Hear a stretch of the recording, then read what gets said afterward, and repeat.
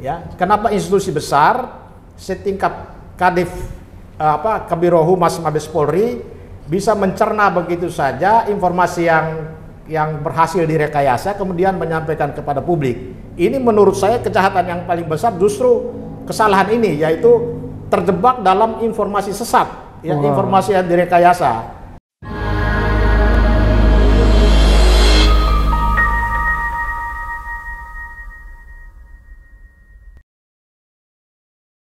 Ini kan diawali dengan kejadian pada tanggal 8, kemudian baru diekspos ke publik tanggal 11. Artinya 3 hari kasus ini tertutup bagi publik. Nah, sehingga masyarakat curiga kejadian ada seorang anggota polisi tewas di rumah seorang jenderal dengan jabatan yang strategis. Tetapi masalahnya kok dianggap seperti biasa-biasa saja, bahkan proses dari olah TKP pun kemudian terungkap berantakan semua. Lalu begitu cepatnya dilakukan otopsi, disebut-sebut juga pada saat otopsi itu izin dari keluarga hanya diminta dari kakaknya atau adiknya juga seorang anggota polisi, ya, yang kemudian menurut keterangannya juga dia terpaksa menandatangani itu. Nah, dari informasi-informasi itu masyarakat curiga, lalu masyarakat memberikan kontrol yang luar biasa. Sampai kita pernah menyatakan bahwa medsos ini sudah menghakimi institusi Polri, ya, dan juga Verdi Sambo pun ikut dihakimi. Dan mengapa masyarakat tidak menunggu proses penyelidikan dan penyidikan yang dilakukan oleh Polri? Nah, padahal kalau medsos tidak menggonggong, kalau publik tidak bicara, nah itu dia, nggak mungkin terungkap. Jadi medsos ini ada sisi positifnya, walaupun kadang-kadang juga jadi buruk karena membentuk opini yang akhirnya orang terlarut dalam opini yang sedang berkembang. Tetapi dalam kasus ini kekuatan medsos ini menjadi positif karena kemudian Polri bersikap terbuka. Polri mengakomodir semua tuntutan masyarakat, semua tuntutan keluarga korban, yaitu melakukan autopsi ulang, ya, kemudian memberhentikan Verdi Sambo dari jabatannya, kemudian beberapa perwira di bawahnya, Kapolres Jakarta Selatan dicopot dari jabatannya. Itu bagian dari sikap keterbukaan Polri mengakomodir tuntutan masyarakat. Itu kita lihat hal yang positif. Tetapi yang menurut saya kasus tembak-menembak atau pembunuhan ini kan sebetulnya persoalan yang ya kecil, ya, seperti yang Bung Alfons katakan tadi. Persoalan yang paling besar itu kenapa sekelas Kadif Humas Mabes Polri bisa terjebak dalam informasi yang tidak benar, yang mengumumkan kepada masyarakat bahwa kematian Brigadir J ini akibat tembak-menembak. Bahkan sempat disebutkan sebagai itu upaya membela diri. Ya, kenapa institusi besar setingkat Kadif Kabiro Humas Mabes Polri bisa mencerna begitu saja informasi yang berhasil direkayasa kemudian menyampaikan kepada publik. Ini menurut saya kejahatan yang paling besar justru kesalahan ini, yaitu terjebak dalam informasi sesat, ya, informasi yang direkayasa. Jadi dalam kaitan dengan kalau seandainya hari ini diumumkan siapa tersangka berikutnya, Polri harus meminta maaf kepada publik atas informasi awal yang disampaikan pada tanggal 11 mengenai sebab-sebab kematian Brigadir J. Oh, gitu. Ya, tentu dalam kaitan dengan apakah semata-mata kasus tembak-menembak ini atau kasus-kasus lain juga yang akan diungkap, kita lihat nanti. Hari ini kan dengar-dengar jam 4 ini Bareskrim Polri akan mengumumkan ada tersangka baru. Dan mungkin mudah-mudahan kita bisa mendapatkan informasi apa motifnya. Tapi menurut saya kita berpegang kepada perintah Presiden, ya, proses secara tuntas dan transparan. Jadi perintah Presiden ini sebetulnya harus dimaknai tidak hanya kepada kasus yang menyebabkan Brigadir J ini meninggal, tetapi hal-hal yang melatar belakangi, ya. Semua persoalan yang seperti Bung Alfons tadi katakan, banyak lumpur, banyak permainan di dalam, persaingan di dalam antar elit-elit di sana itu. itu juga sebetulnya masuk dalam bagian perintah presiden yang harus diselesaikan oleh Kapolri. Karena kalau hanya semata-mata kasus ini, maka ini hanya lapis atas atau hanya sebatas 26 orang ini, maka persoalan yang selama ini sudah akut di dalam tubuh Polri tidak akan terselesaikan. Oh, apa Jadi, yang akut itu apa? Ya, seperti misalnya kita baca juga berita bahwa ada semacam satgasus yang membuat fungsi organ-organ yang selama ini secara terstruktur di dalam internal Polri itu, ya, itu tidak berfungsi untuk kasus-kasus tertentu. Jadi ini harus dijadikan prioritas oleh Kapolri sebagai bagian dari perintah presiden untuk diselesaikan secara hukum dan tuntas, apalagi transparan. Jadi sangat kita sayangkan kalau Mabes Polri hanya mengungkap persoalan sebatas kematian Brigadir J.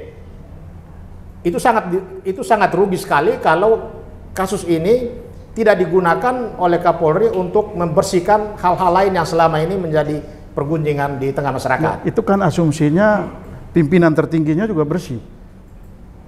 Bersih tidak bersih dia harus laksanakan sesuai perintah presiden. Kalau misalnya pimpinan tertinggi juga merasa diri tidak bersih, ya mundur.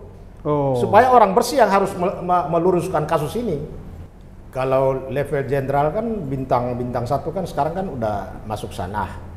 2 orang. Ini sudah 2. Nah, jadi yang ditunggu sekarang, apakah pengumuman sore ini menetapkan FS sebagai tersangka, dan kalau itu betul, berarti itu barangkali pangkat tertinggi yang disebut-sebut terlibat dalam kasus ini. Jadi sampai bintang 3 itu sepertinya tidak pernah disebut-sebut toh. Jadi kalau jam 4 nanti yang diumumkan adalah Verdi Sambo dan kualifikasi perbuatannya apa kan kita belum tahu. Apakah hanya sekedar mempersulit penyidikan, menghilangkan barang bukti dan lain-lain, atau turut sertanya itu di dalam persoalan pokok. Nah, yang disebut terakhir ya, kalau kita baca dari media 2 hari yang lalu terus kemarin, nah pelakunya kan si Brada E ini kan mengaku menembak juga. Tetapi dia tidak sendirian. Dia hanya menyebutkan ada atasannya juga melakukan itu. Tapi dia tidak menyebutkan siapa atasan yang melakukan itu. Sehingga masyarakat mulai menduga-duga, mulai menghubung-hubungkan. Pada saat terjadi peristiwa itu, atasan yang ada di situ itu kan FS berada di TKP. Sehingga publik mulai menyimpulkan dengan demikian bisa saja FS sebagai TSK-nya nanti. Dan itu yang ditunggu sekarang pukul 16 ini, ditunggu siapa muncul nama yang dimunculkan oleh Bareskrim terkait dengan tersangka baru yang akan diumumkan. Jadi seperti tadi saya bilang, perintah presiden dan dukungan dari presiden itu menjadi modal utama Kapolri untuk tidak hanya semata-mata menuntaskan kasus kematian Brigadir J. Dia harus masuk kepada isu tentang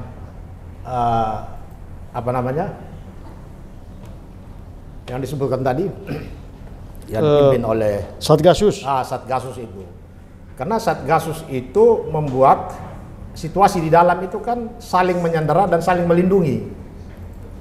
Nah, kalau sudah saling menyandera dan saling melindungi di antara elit-elit, maka sebesar apapun kasusnya, dengan bukti-bukti seperti apapun, kasus itu tidak akan jalan.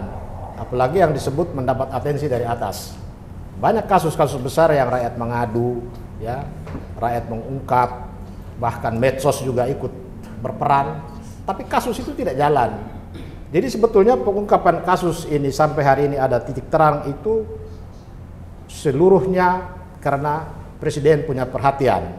Kalau hanya modal masyarakat mengkritisi atau medsos setiap hari dengan segala macam kekuatan, mungkin kasus ini jalan di tempat atau hanya pelaku kelas bawah.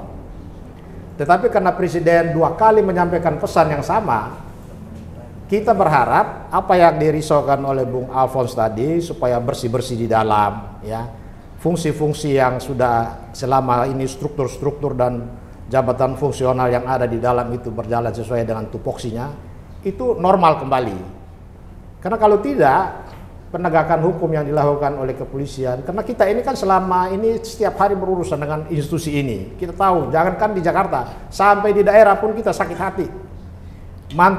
Masuk pintu pertama saja kita sudah kecewa dengan perlakuan dari aparat kepolisian, terutama jangankan kita bicara substansi kasus, mau lapor polisi aja kita sudah dipersulit.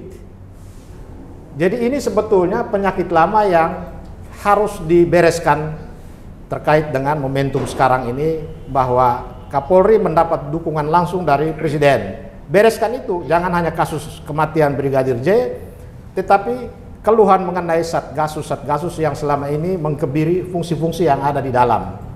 Ya, yang bersalah diberi kesempatan untuk diproses, dibuka kesempatan secara terbuka proses, jangan dipiara. Karena kalau dipiara, penyakit ini tidak akan tuntas. Penyakit yang disebut Bung Alfons bahwa ini hanya sekedar puncak gunung es yang diambil, lalu berhenti di situ, maka penyakit ini akan diwariskan lagi kepada Kapolri berikutnya atau Presiden berikutnya. Tidak akan selesai. Rasa keadilan masyarakat kecil di bawah itu tidak akan terjawab. Karena yang mengumumkan nanti adalah Kapolri sendiri, maka yang kita harapkan pertama, Kapolri tidak hanya sekedar mengumumkan siapa tersangkanya. Kita berharap Kapolri juga harus mengumumkan apa motifnya. Karena keduanya ini kan saling berhubungan. Ketika ketemu motifnya, ketemu bukti, ketemu siapa pelakunya, diumumkan tersangkanya. Jadi kalau apakah itu tidak sudah masuk dalam substansi ini penyidikan? Oh iya, dengan ditemukannya, ditetapkan siapa tersangkanya, berarti substansi penyidikannya semua itu sudah masuk.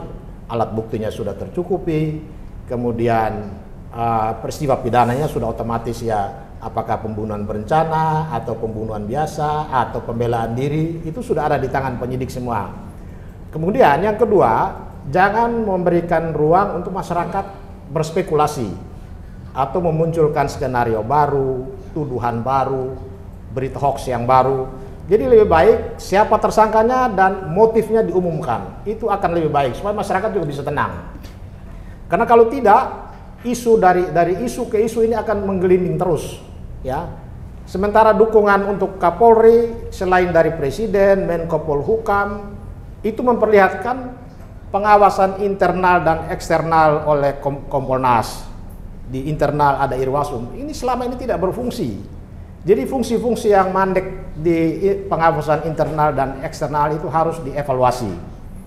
Karena selama ini kita lihat ya, pengawasan dalam kasus ini berlapis-lapis, dari masyarakat, dari keluarga korban, dari persatuan marga dan segala macam, kita ini semua, baru kasus ini kelihatannya polisi berada di jalan yang benar. Tambah lagi perintah presiden itu. Jadi perintah presiden ini pun jangan jadi presiden. Karena setiap kali kasus kalau perintah presiden tidak memberi perintah, kasus ini macet. Ya. Kalau presiden memberi perintah baru ini jalan. Ini juga presiden buruk. Karena wewenang polisi, wewenang penyidik itu semua sudah dilengkapi dengan undang-undang yang sangat kuat, gitu. Dan anggaran yang juga sangat kuat. Anggarannya besar, ya. Semua sudah berubah, tapi kelakuan mereka tidak berubah.